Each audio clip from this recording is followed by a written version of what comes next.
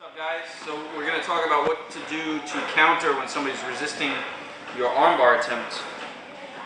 So I just want to start by saying that a lot of theories, people say which arm you should be attacking with, and a lot of times it just depends on the flow and where you ended up. I personally like this arm, the head side arm, to be the one that's hooking, so I can control his hips and his legs, which controls his movement. But sometimes it doesn't happen that way. But we're going to assume today that that's how I ended up.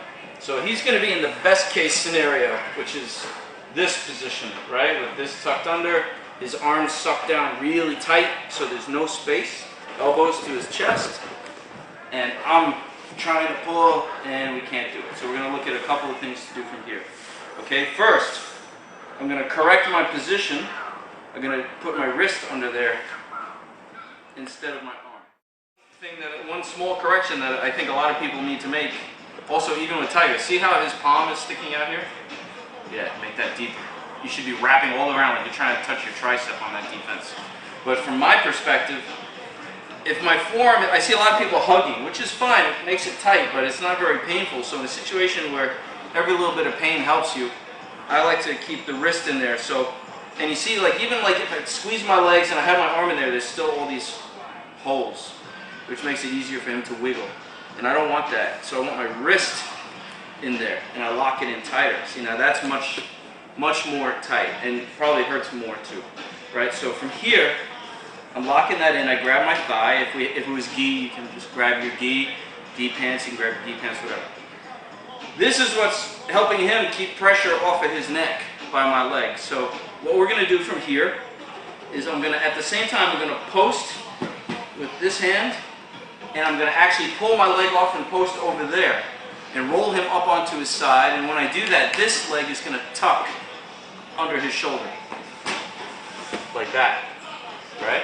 So look, already he let go, but let's say he was still holding that position, right? So then, now I bring this leg back. This hand is posting to help stop his movement, right? He is blocking his legs, right? So he can only move his legs backwards. If he wants to try and turn forward, my arm is there. So from here, he wants to get his hand under there still. So, and I'm sitting on his floating ribs, right? It hurts, right? You slide your leg over and bring his arm back, okay? Sorry. Okay. But that's where you want the pressure to be. You should be sitting right on the floating ribs when you sit up on here, okay? So just one movement, I go for my arm bar, boom, he's got that there, I lock it in tight. I can't control that, he's really strong, whatever. Post, up on the side, this leg tucks, sit on the floating ribs, boom, up here. Even if he's still resisting, slide over to the head, bring that back, okay?